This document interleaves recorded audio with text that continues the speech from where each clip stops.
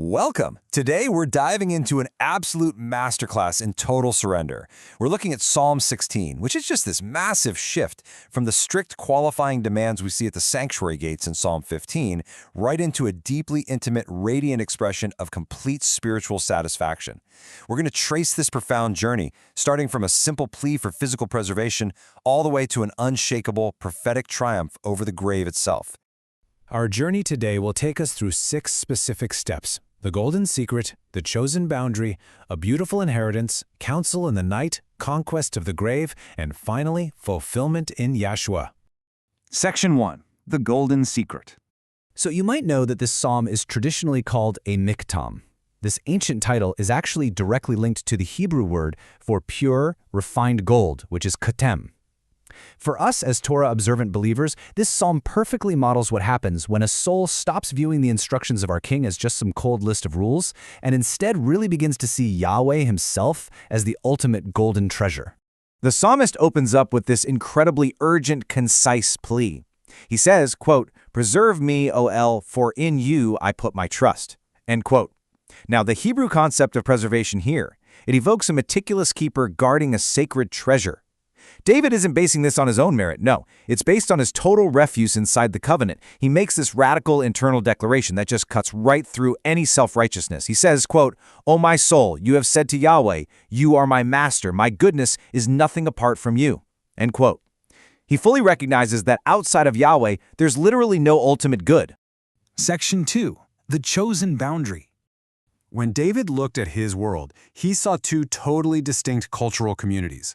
On one side, you have the saints, the Kedoshim, right? The set-apart ones actively walking in the ways of the Torah.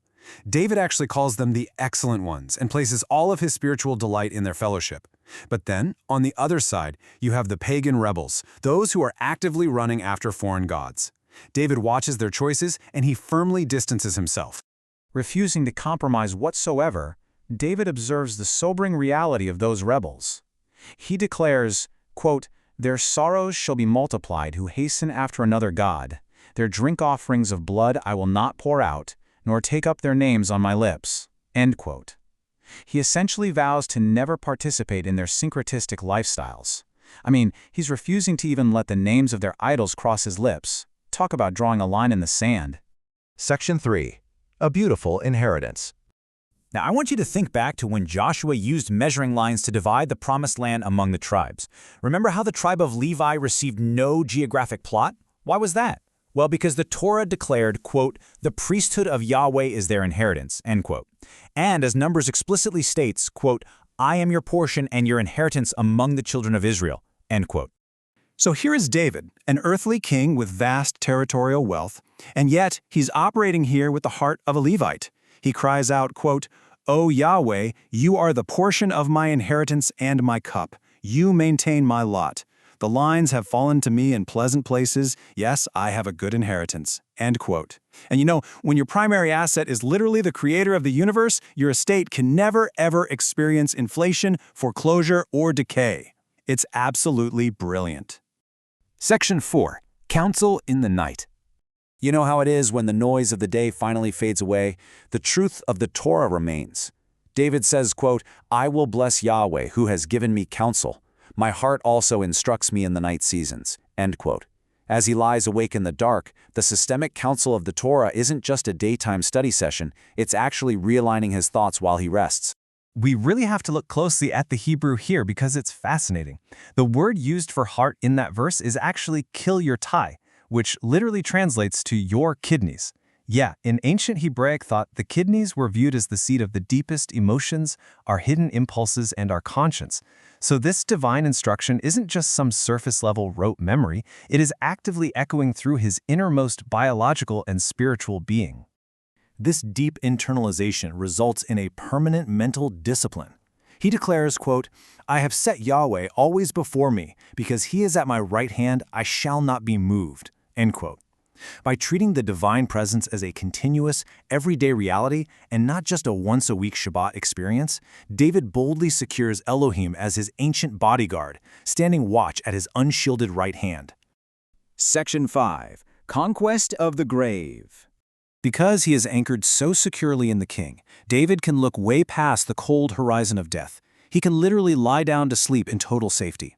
He's relying on a very specific covenant guarantee stating, quote, "Therefore my heart is glad and my glory rejoices, my flesh also will rest in hope. For you will not leave my soul in Sheol, nor will you allow your Holy One to see corruption." End quote. If we compare these realities, we see a pretty stark contrast. You've got the biological reality, the dust of Sheol and the law of corruption, which means physical decay. But then you have the covenant exception, the path of life and total immortality. Now we know David undeniably died, was buried, and absolutely experienced biological decomposition. Therefore, operating under the Holy Spirit, David was actually looking right past his own biography to speak directly of the ultimate Holy One's covenant exception.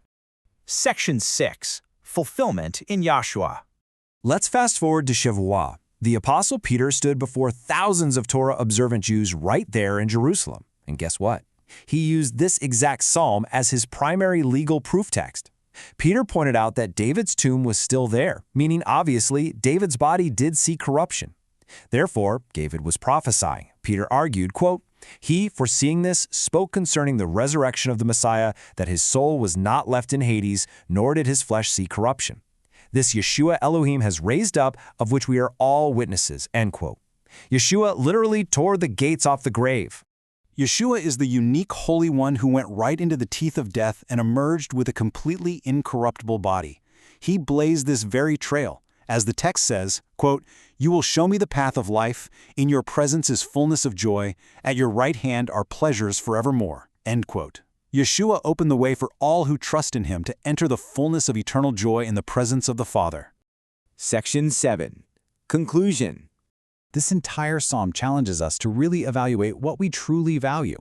As we walk this out, we need to anchor our souls in these three unalterable golden realities. First, we've got to stop looking at the cultural assets of the lawlessness. Your inheritance is Yahweh Himself, and your boundaries are perfectly secure. Second, we have to train our inner conscience, our kiliotai, to review our King's instructions even during the quiet hours of the night seasons. And third, we can face the reality of aging and physical mortality without a single shred of fear, because the resurrection of Yahshua guarantees that your flesh will one day rest in absolute hope. So look past the temporary sorrows of this age and prepare yourself for the unyielding pleasures that wait at His right hand forevermore. I want to leave you with a vital question to ask yourself today. Is Yahweh your ultimate inheritance, and are your feet planted firmly on Yahshua's path of life?